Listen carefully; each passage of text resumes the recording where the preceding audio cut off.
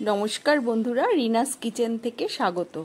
आज আমি তোমাদের आलू बेगुन टमेटो দিয়ে একটা সবজি করে দেখাবো। এটা খেতে খুব সুন্দর হয়, তোমরা করে দেখো। এটা রুটি পরোটা এইসব রুটি পরোটা এগুলো দিয়েই বেশি ভালো লাগে খেতে। টক ঝাল মিষ্টি। প্রথমে আমি কড়াইতে সরষের তেল দিলাম, খুব অল্পই দিলাম, 3 চামচ মতো তেল দিলাম। এবার আমি জিরে ফোড়ন দিলাম। জিরেটা যেই ভাজা হয়ে গেল আদা রসুন আর কাঁচা লঙ্কা দিলাম। আদা রসুনটা গ্রেট করা ছিল, আর লঙ্কাটা আমি কুচিয়ে দিয়েছি। প্রায় 6-7টা লঙ্কা আমি কুচো করে দিয়েছি। এবার আদা রসুনটা আমি একটুখানি তেলে ভেজে নেব। রসুনের একটা সুন্দর যেই গন্ধ আসবে তারপর পেঁয়াজ দিয়ে দিলাম। আমি একটা বড় সাইজের পেঁয়াজ কেটে রেখেছিলাম, সেটা দিয়ে দিলাম। আর রসুন আমি 8-10 কোয়া মতো দিয়েছি, আর আদা 1 ইঞ্চি মতো, ওটাও গ্রেট করে দিয়েছি।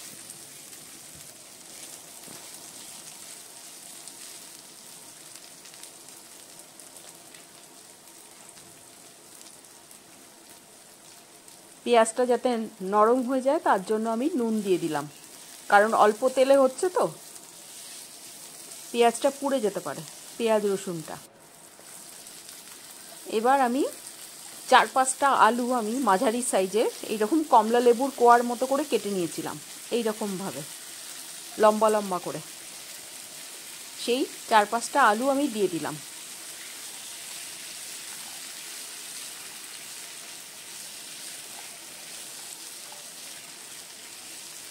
এটা গ্যাস কমিয়ে দিয়ে করতে হবে, কারণ না হলে পুড়ে যাবে। আমি তো তেল দিইনি বেশি, অল্প তেলে হচ্ছে, ওই জন্য একটু গ্যাসটা কমিয়ে রেখে করতে হবে। আমি একটা ঢাকা দিয়ে দেবো। ঢাকা দিলে কি হবে, আলুটা সেদ্ধ হয়ে যাবে। আলু থেকে একটা জল বেরোয়, সেই জলেই সেদ্ধ হয়ে যাবে আলুটা।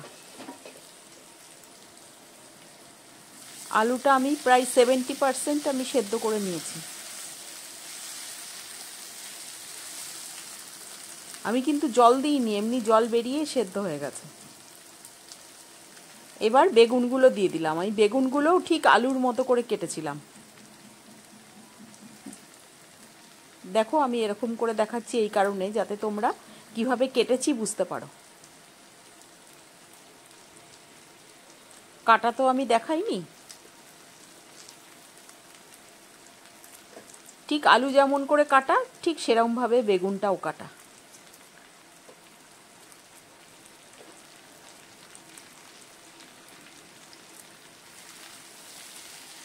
এবার বেগুনগুলোও ভাজতে হবে একটু, যতটুকু ভাজা যায়।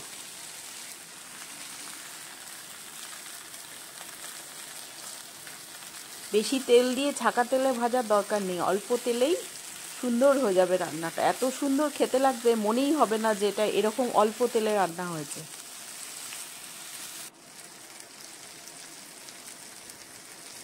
এবার আমি 1/2 চামচ মতো হলুদ দিয়ে দিলাম।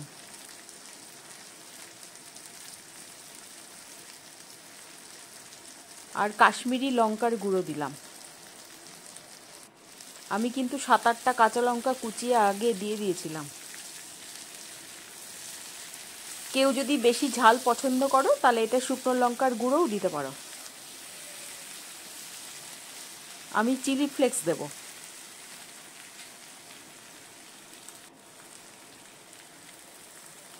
এবার আমি 2টো টমেটো কুচিয়ে রেখেছিলাম, সেই কুচানো টমেটোগুলো দিয়ে দিলাম। টমেটো কিন্তু কম দিলে হবে না, একটু বেশিই দিতে হবে। আমি বড় বড় 2টো টমেটো কুচিয়ে রেখেছিলাম, তাহলে একটা টক ঝালের ব্যাপারটা আসবে। দেখো আমি দিলাম।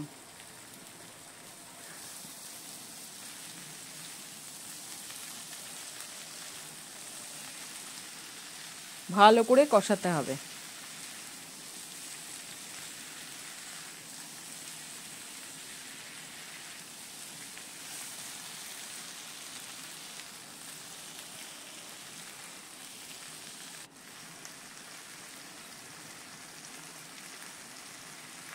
এবার 1/2 চামচ চিনি দিলাম।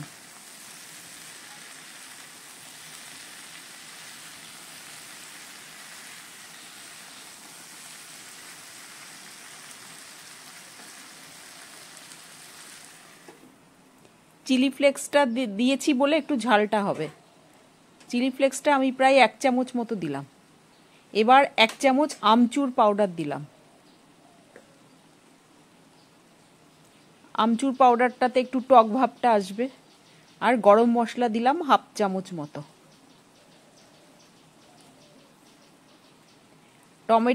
টমেটোতেও এখন বেশি টক হয় না, ওই জন্য আমচুর পাউডারটা দিলে টক ভাবটা একটু বেশি আসে।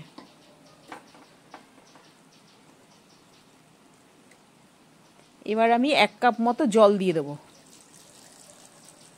খুব বেশি জল দেওয়ার দরকার নেই, কারণ বেগুন আলু সবই সেদ্ধ হয়ে গেছে। আমি বেগুনটা ভাজার সময় ঢাকা দিয়ে ভেজেছি, বেগুনটাও সেদ্ধ হয়ে গেছে। বেশি জল দেওয়ার দরকার নেই। এবার ঢাকা দিয়ে রাখলে একদম ভালো করে সেদ্ধ হয়ে যাবে। যদি তোমাদের রেসিপিটা পছন্দ হয় তাহলে আমার চ্যানেলটাকে সাবস্ক্রাইব করো, লাইক করো, কমেন্টস করো। আমি 3-4 মিনিট ফুটিয়ে নিলাম, দেখো একদম সব সেদ্ধ হয়ে গেছে। এটা রুটি পরোটার সাথে খেতে বেশি ভালো লাগবে। এবার আমি কসৌরি মেথি 1 চামচ মতো হাতে ভালো করে ঘষে একটু গুঁড়ো করে নিলাম, দিয়ে ওপরে ছড়িয়ে দিলাম। আরও সুন্দর গন্ধটা বেরোবে এটা দেওয়াতে। আর ধনেপাতা দিয়ে দিলাম।